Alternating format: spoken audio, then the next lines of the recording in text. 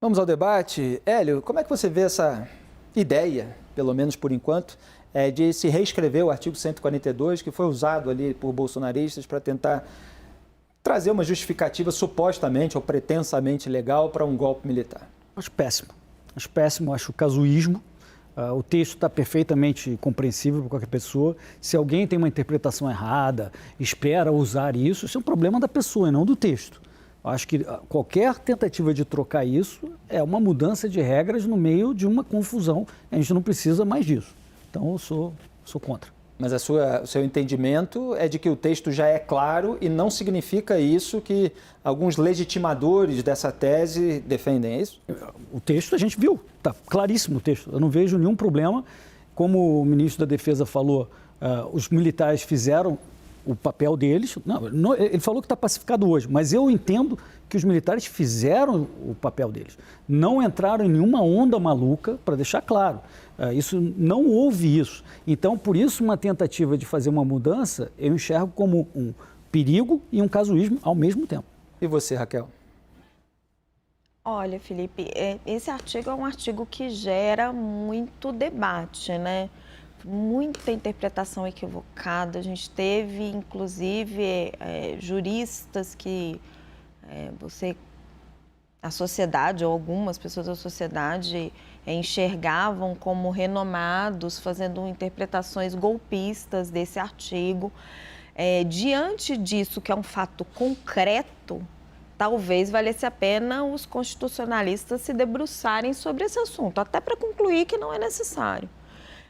Agora, eu tenho um pouco de dúvida em relação ao momento. Se no meio desta crise seria o momento para reabrir essa discussão. Quando você observa a entrevista do ministro Zé Múcio, ele está numa tentativa muito grande de tentar deixar o assunto para trás, apaziguar um pouco, exatamente nesse momento que você fez a troca do comando do Exército, né? Saiu o general Arruda, que era o grande incômodo do presidente Lula, entrou o general Tomás Paiva. Você percebe que a missão dele está sendo bem sucedida. O Lula parou de desafiar a todos os momentos as Forças Armadas, no que ele desafia a sua própria autoridade. Ainda tem um caminho longo para ser feito pela investigação, porque sim, há evidências de militares envolvidos com golpismo, então eles precisam ser identificados e punidos, mas é preciso separar a instituição, Forças Armadas e esses militares. E aí, no meio desta investigação, você discutir esse artigo, não sei se é o melhor momento. Agora, talvez valesse a pena, não sei se nessa condição, neste momento, os constitucionalistas se debruçarem sobre o artigo e tentarem enxergar se há motivo ou não para reescrevê-lo. Fato é que a interpretação que era feita dele é muito equivocada, porque não tem base para uma intervenção militar sustentada pelo artigo 142. Joel, você acha que abrir a discussão sobre uma nova redação vai fazer com que tenha gente puxando para um lado, puxando para o outro, e isso pode gerar mais fogo nesse caldeirão? A princípio, eu não fico com tanto medo desse risco, não, Felipe. O que eu vejo é o seguinte: primeiro, convido todo mundo, leia o artigo 142, mas não tem nada, nenhuma leitura honesta aí disso dá base para qualquer leitura de que, não, tem ali uma permissão para um golpe de Estado, para uma intervenção do Executivo sobre outros poderes ou de outros poderes sobre o Executivo. Não tem nada, tem o uso das Forças Armadas para garantir a lei e a ordem, quando necessário, que é um dos papéis constitucionais dela. Então, e acionada por um dos poderes. Acionado sempre não por um dos poderes. Manifestantes acampados em frente ao quartel. Jamais por uma turba de manifestantes irados ali. Então, para mim, qualquer leitura honesta do artigo 142 elimina qualquer interpretação golpista. E não sou só eu dizendo, qualquer jurista mais sério aí, há quase um consenso quanto a isso. Agora, já que tantos golpistas usam esse texto, quem sabe se mudá-lo para torná-lo ainda mais claro pudesse ajudar. Eu não sei se vai mudar muita coisa, mas eu também não vejo esse risco. Eu não acho que essa discussão no Congresso tem potencial de mudanças radicais no papel das Forças Armadas ou nada disso. Ele vai tentar clarificar um pouco algo que para um leitor honesto já era mais claro, mas que talvez eles queiram deixar inequívoco até para o leitor desonesto. Felipe, sua avaliação.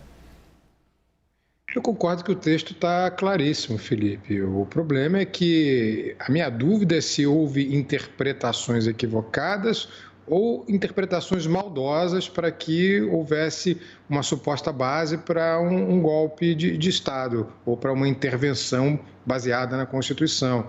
Então, talvez fosse factível, talvez fosse necessário uma discussão entre constitucionalistas para se fazer uma revisão no texto, que para mim, volto a dizer, é bastante claro, e concordo com o Joel, qualquer leitura honesta vai demonstrar que não há base nenhuma para haver uma intervenção militar com base no artigo 142 da Constituição.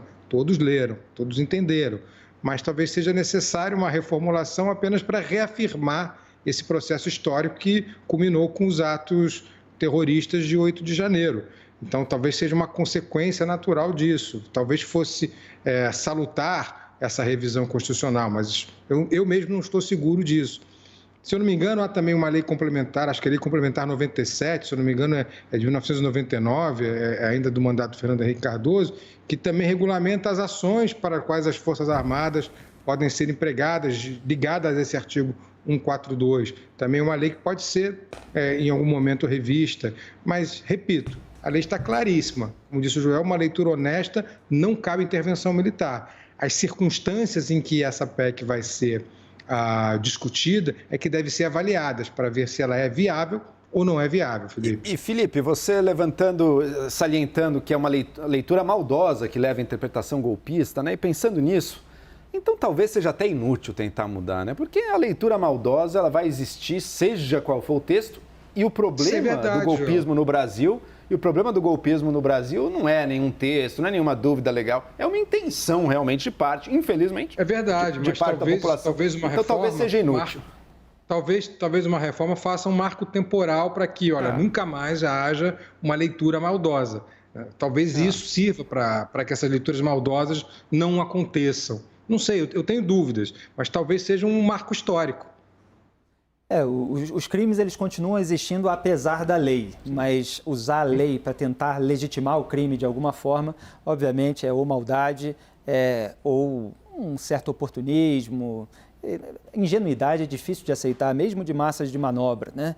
Então é melhor ler aquele texto da maneira correta, como a gente tem feito aqui.